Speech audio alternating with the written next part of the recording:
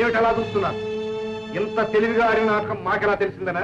లేక మామూలుగా రావాల్సిన భాగం కూడా పోగొట్టుకోవాల్సి వచ్చిందనా? జేమ్స్, నమ్మిన వాళ్లకు గోతులు తవ్వటం మీకు ఇదే మొదటిసారి అయి ఉండొచ్చు. మీరు తవ్వుకున్న గోతులో మీరే పడ్డారు. వైకుంఠం, పాపం మీరు ఇంత బరువు మోయలేరు.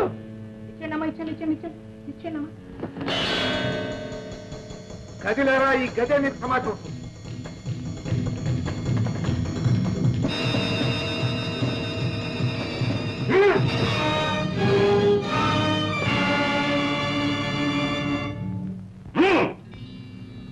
రోడ్డు దొంగలు తగులాడుకోవడం తప్పు పాపారావు. సావైనా బ్రతికైనా సమానంగా పంచుకోవాలి. వైకుంఠం, పాపం నువ్వు అంత బరువు మొయలేవు కానీ ఆ పెట్టిన వెళ్ళి వంట పళ్ళైనా ఉంటండి. తప్పించుకోవడం అంత తేలిక కాదు.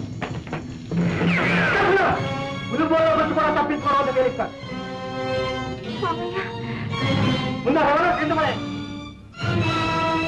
మిస్టర్ సుదర్శనం, కోడలు కావాలో డబ్బు కావాలో తెలుసు.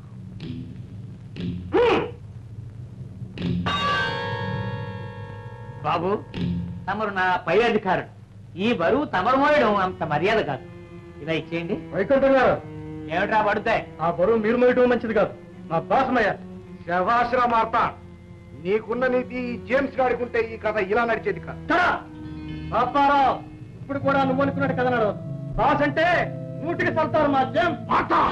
ఏమిటి మా రౌడీల నీతి అంతేనండి. మర్యాదగా మమ్మల్ని వెళ్ళనివ్వండి. అడ్డుపడ్డారో మొదట ఈ అమ్మాయి ప్రాణం, తర్వాత మీ ప్రాణాలు. జాగ్రత్త. మార్త, ఈ అమ్మాయిని కూడా కారు లెక్కించు. Good bye.